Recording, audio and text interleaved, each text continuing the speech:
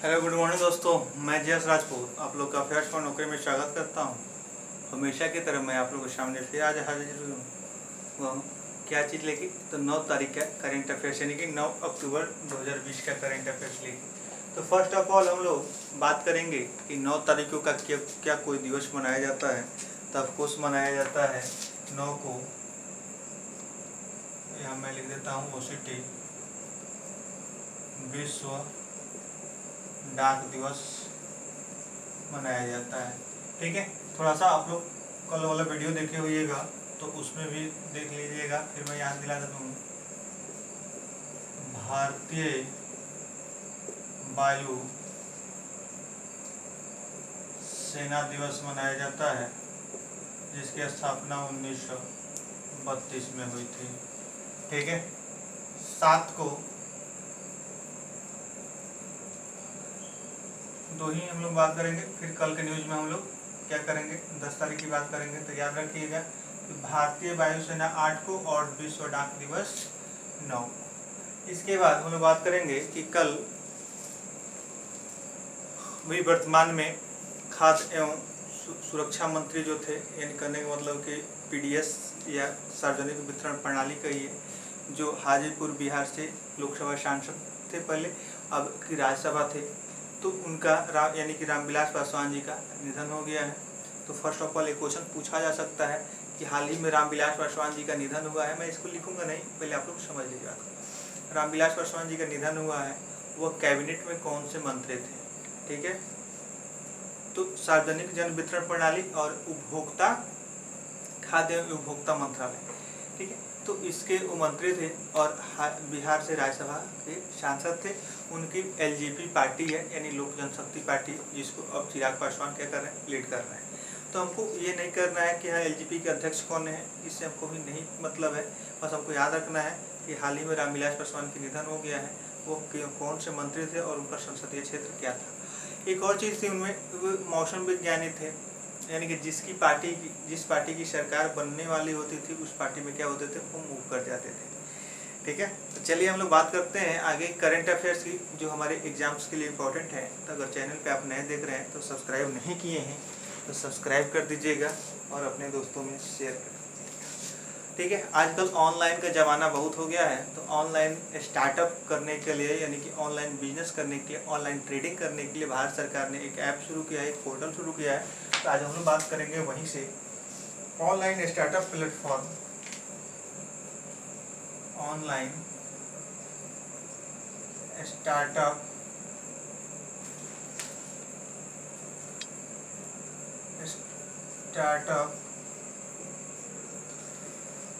Platform. ठीक है, startup India showcase, startup India SHOW showcase, startup India showcase Bharat सरकार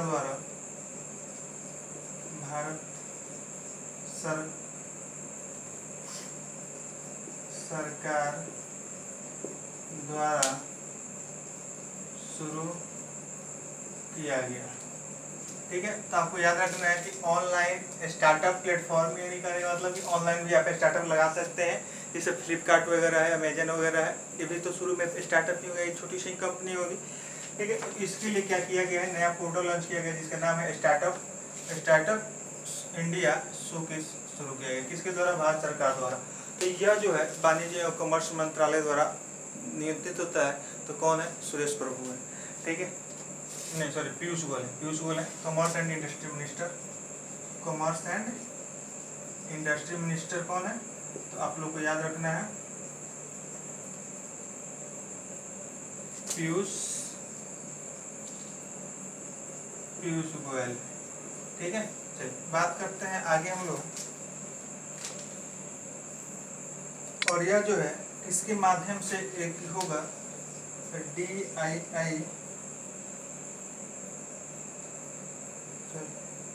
DPPIT, इसके द्वारा यह आयोजित होगा। तो इसका फुल फॉर्म लिखिएगा, डिपिट का department of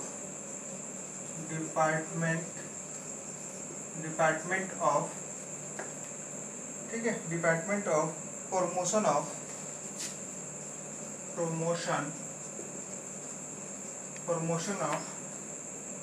industry and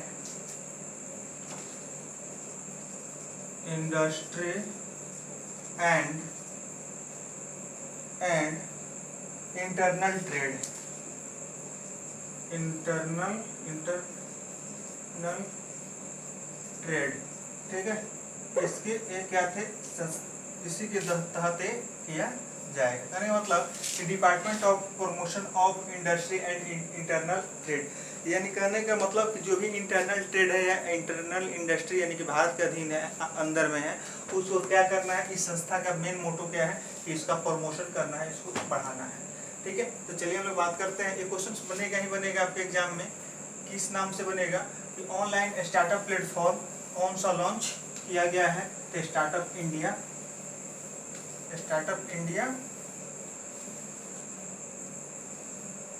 showcase, ठीक है। और यह जो है वाणिज्य एवं कॉमर्स एंड इंडस्ट्री मिनिस्ट्री यानी कि वाणिज्य उद्योग मंत्रालय के तहत आता है। तो कौन है, पीयूष गोयल जी। पीयूष गोयल आपको याद होना चाहिए कि ये रेल मंत्री भी हैं। भारतीय कपास का लोगो, भारतीय कपास का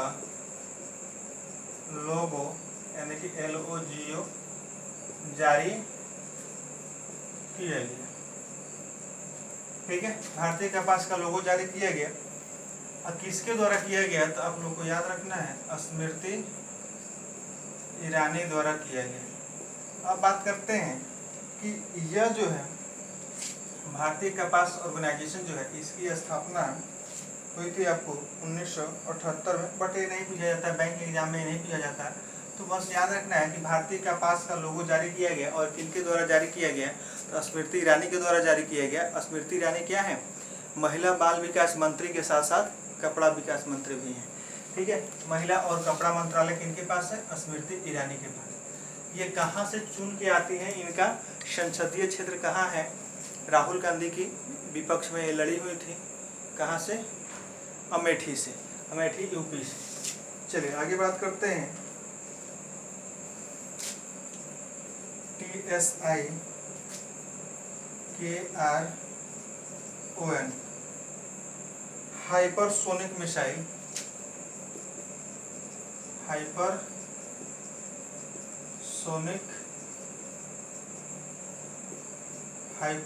मिसाइल का सफल परीक्षण किया गया। हाइपरसोनिक मिसाइल का सफल परीक्षण किया गया और किसके द्वारा किया गया, तो यह रूस द्वारा किया गया।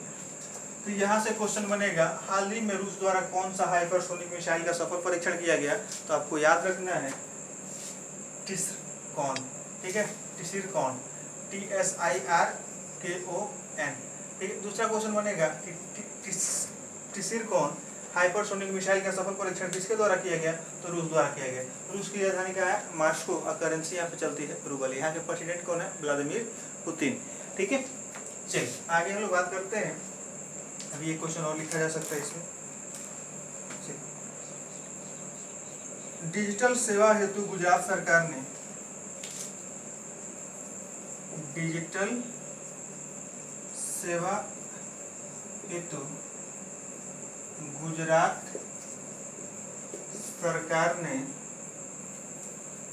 सरकार ने कार्यक्रम शुरू किया। क्या शुरू किया, कार्यक्रम शुरू किया, ठीक। अब यहाँ से क्वेश्चन मेरे ख्याल से बनेगा कि डिजिटल सेवा हेतु हाल ही में किस राज्य सरकार ने कार्यक्रम शुरू किया है। इसमें 20 तरह की सेवाएं शामिल की जाएंगी जो कि ऑलरेडी बिहार में पहले से चल रही हैं। ऑनलाइन जाति, आवासीय, आधार अप्लाई, पैन कार्ड वगैरह इस तरह की फैसिलिटीज इसमें दी जाएंगी, ठीक है। और इसके तहत 14,000 ग्राम पंचायत को क्या किया जाएगा, ऑप्टिकल फाइबर से जोड़ा जाएगा, जिसको ई ग्राम पंचायत का भी नाम दिया जाएगा, यानी कि आपकी पंचायत की जो सभा है वह इलेक्ट्रॉनिक रूप से भी हो पाएगी। ऐसा तो घोषणा हो चुका है, बट इंटरनेट की कनेक्टिविटी हो पाए और इस तरह का सिस्टम लग जाए तो सबसे बेटर, ठीक है। और ये जो है यानी कि गांधीनगर से इसका सारा कंट्रोल होगा। तो अब बात करते हैं गुजरात में जब डिजिटल कार्यक्रम की शुरुआत की गई तो वहाँ के सीएम कौन है गुजरात के, विजय भाई रूपानी, और गवर्नर कौन है तो आचार्य देवव्रत। गांधीनगर इसकी राजधानी हुई, स्टैच्यू ऑफ यूनिटी गुजरात में है, मुद्रा थर्मल पावर गुजरात में है, ठीक है। बड़ोदरा में क्या है, बड़ोदरा बैंक ऑफ बड़ौदा का हेडक्वार्टर है गुजरात में। उसके बाद अहमदाबाद में साबरमती नदी है। ये बहुत सारे न्यूज़ हैं आप लोग को याद करने के लिए, ठीक है। सवा अल खालिद अल सबाह, सवा अल खालिद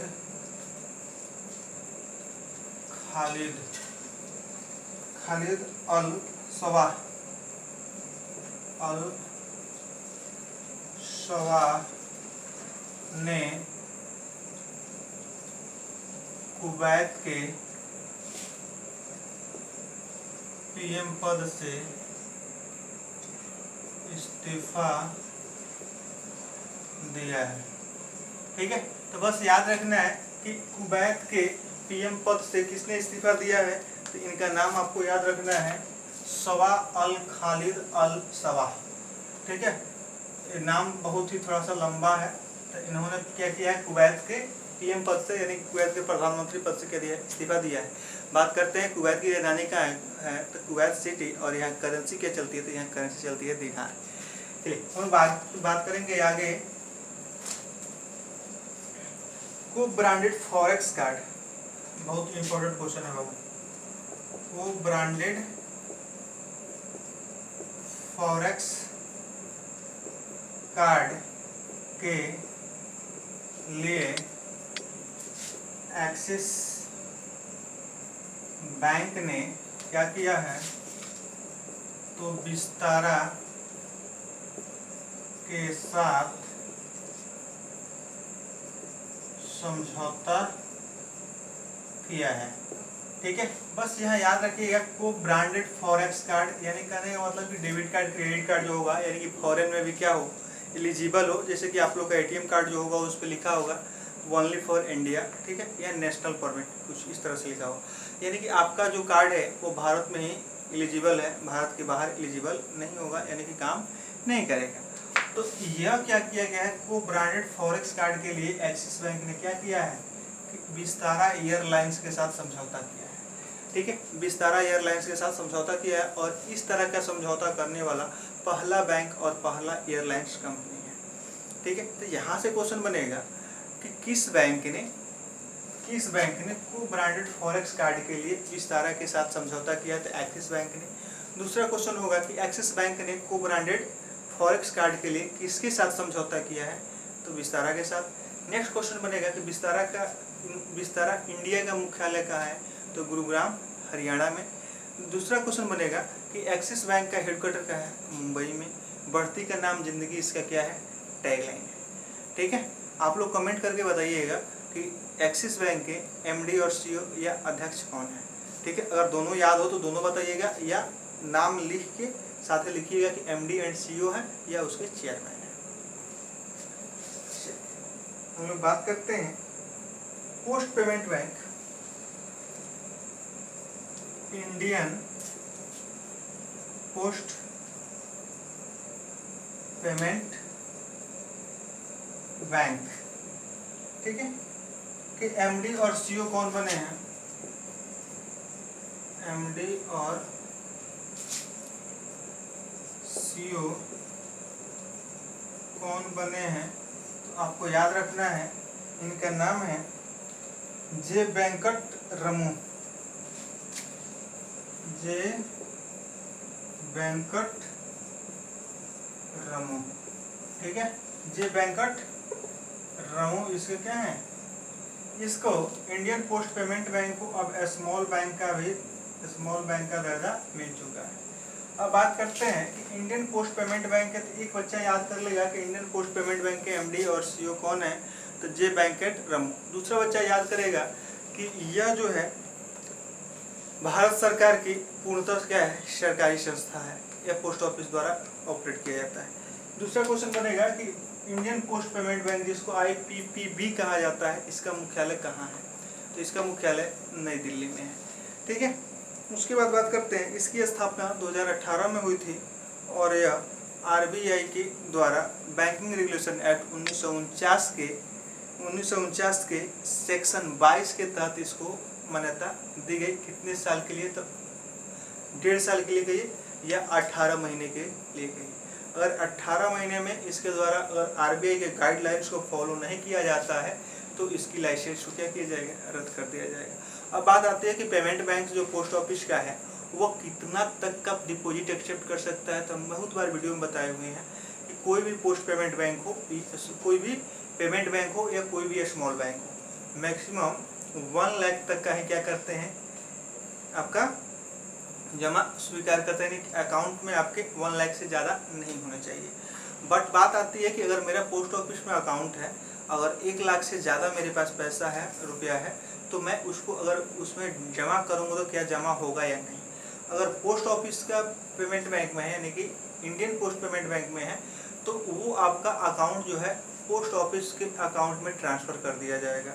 यानी कि अब आपका खाता बैंक में ना होकर आपका खाता पोस्ट ऑफिस यानी कि डाकघर में हो जाएगा।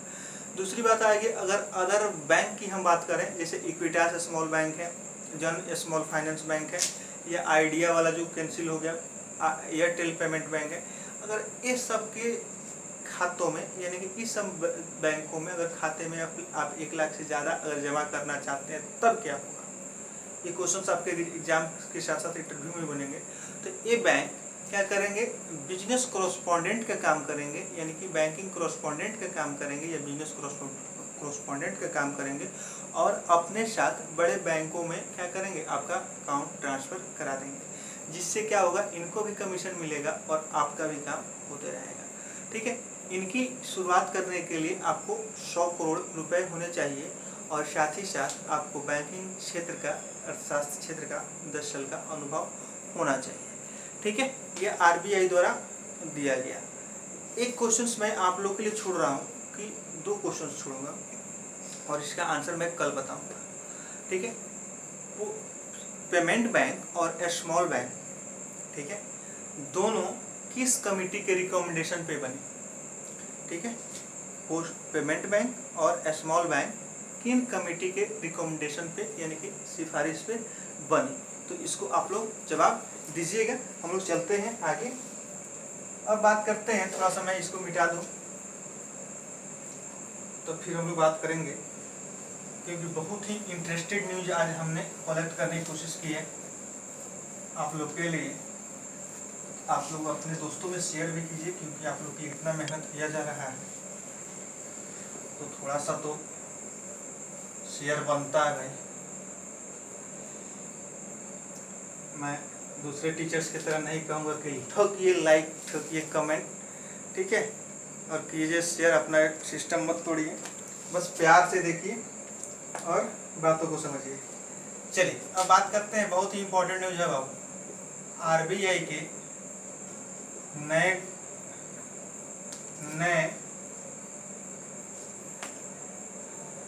Deputy governor, deputy DEPU deputy governor, ठीक है, कौन बने हैं, राजेश्वर राव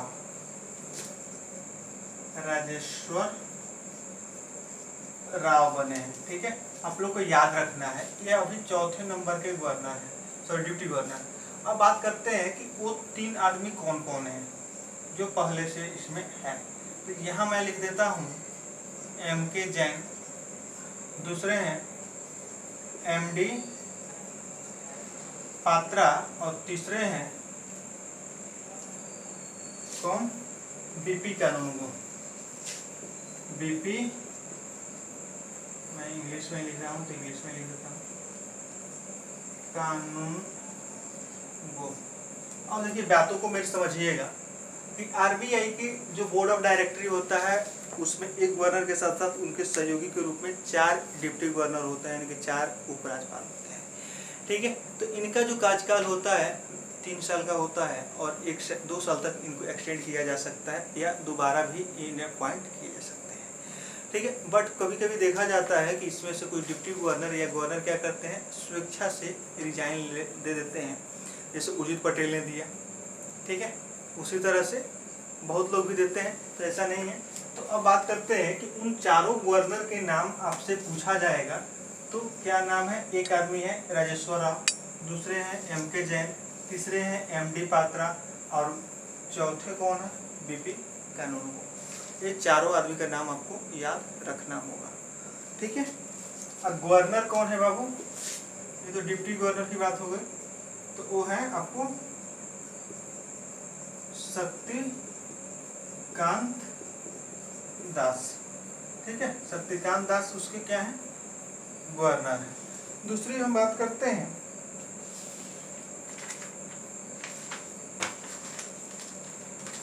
चलिए अब चलते हैं CBI के पास। CBI यानी कि देखिए, ये CBI का मतलब सेंट्रल बैंक ऑफ इंडिया मत समझिएगा, सेंट्रल ब्यूरो ऑफ इन्वेस्टिगेशन है। ठीक है, सेंट्रल ब्यूरो ऑफ इन्वेस्टिगेशन के पूर्व अध्यक्ष, पूर्व निदेशक कहिए, पूर्व निदेशक अश्वनी कुमार, क्या नाम है बाबू, अश्वनी कुमार का निधन हो गया। ठीक है, अश्वनी कुमार का निधन हो गया। क्या थे वो, CBI के पूर्व निदेशक थे। ठीक है, अश्वनी कुमार का निधन हो गया। दूसरा क्वेश्चन बनता है, नित्यानंद नायक को, नित्यानंद राय को, सॉरी नायक है, राय नहीं, नायक को सरला पुरस्कार दिया गया। ठीक है, जिसमें कितनी की राशि दी जाती है, 5 लाख राशि दी जाती है, और यह किस क्षेत्र में दिया जाता है बाबू, तो साहित्य में दिया जाता है। किसमें दिया जाता है, साहित्य में दिया जाता है। अब यहाँ से क्वेश्चन बनेगा, सरला पुरस्कार किस क्षेत्र में दिया जाता है, तो सरला मतलब साहित्य में दिया जाता है। दूसरा कि 2020 का किनको दिया गया है, तो नित्यानंद नायक को, गायक नहीं, नित्यानंद नायक को दिया गया है। दूसरा क्वेश्चन बनेगा कि इसमें कितनी राशि दी जाती है, तो 5 लाख बने होगा। ठीक है, चलिए आगे हम लोग चलते हैं और अपने दोस्तों में कुछ जानकारी को डिस्ट्रीब्यूट करते हैं।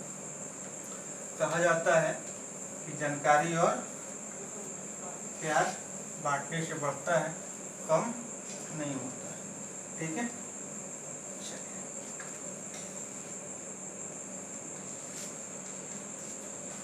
अब बात करते हैं साहित्य नोबेल की। हम लोग फिजिक्स की बात कर लिए हैं, केमिस्ट्री की बात कर लिए हैं, तो आज बात करते हैं साहित्य नोबेल, यानी कि 2020 डेली एक एक चीज़ की घोषणा हो रही है, एक एक सेक्टर की। तो साहित्य में नोबेल किनको दिया गया है, तो लुइस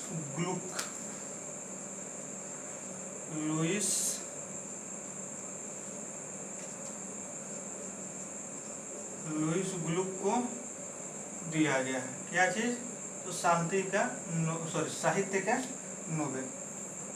इनको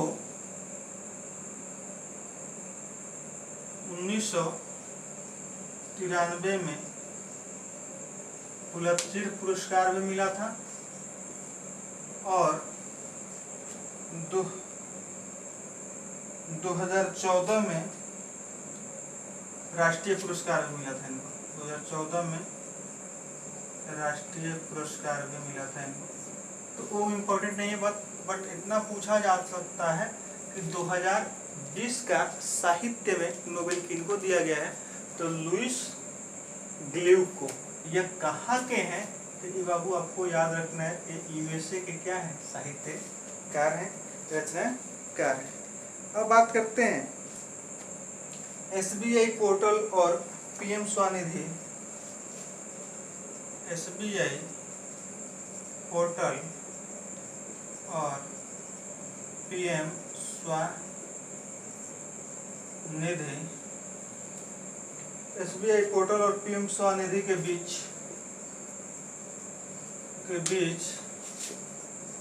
एपीआई समझौता हुआ। ठीक है, एसबीआई पोर्टल और पीएम स्वनिधि के बीच समझौता हुआ, यानी कि पीएम स्वनिधि मतलब क्या है, या जो स्ट्रीट वेंडर्स वगैरह हैं उनको लोन दिया जाएगा, इसके लिए क्या किया गया, एसबीआई के साथ समझौता किया गया। तो पीएम स्वनिधि के तहत सबसे ज़्यादा लोन डिस्ट्रीब्यूट करने वाला राज्य कौन है, मध्य प्रदेश। ठीक है, और ये इसी साल शुरू किया गया है, किसके लिए, तो स्ट्रीट वेंडर्स के लिए। इसी के साथ दीजिए मुझे इजाज़त, और फिर मिलते हैं कल इसी टाइम इसी वीडियो के साथ, करंट अफेयर्स। हाँ, शाम वाला थोड़ा सा वीडियो अप डाउन आप लोगों को मिल रहा है, तो इसके लिए मैं क्षमा प्रार्थी हूँ कि जिस तरह से समय मिल पाता है उस तरह से शाम वाला वीडियो मैं बना पाता हूँ, बट मॉर्निंग वाला जो सेशन है मेरा कंटिन्यू रहता है आप लोगों के साथ। तो आप लोग जितने अपने दोस्तों में, अपने चाहने वालों में, अपने इत्र मित्र जहाँ भी चाहते हैं इस वीडियो को शेयर कर सकते हैं। जहाँ भी आप जुड़े हैं शेयर ज़रूर करिए, और हाँ, सब्सक्राइब नहीं किए हैं तो सब्सक्राइब भी ज़रूर कीजिए, क्योंकि आप ही लोगों के सपोर्ट से आज लगभग 360 प्लस में है। तो इसी तरह से आप लोग अपना प्यार बनाए रखिए और अपने दोस्तों में शेयर करते रहिए। जय हिंद।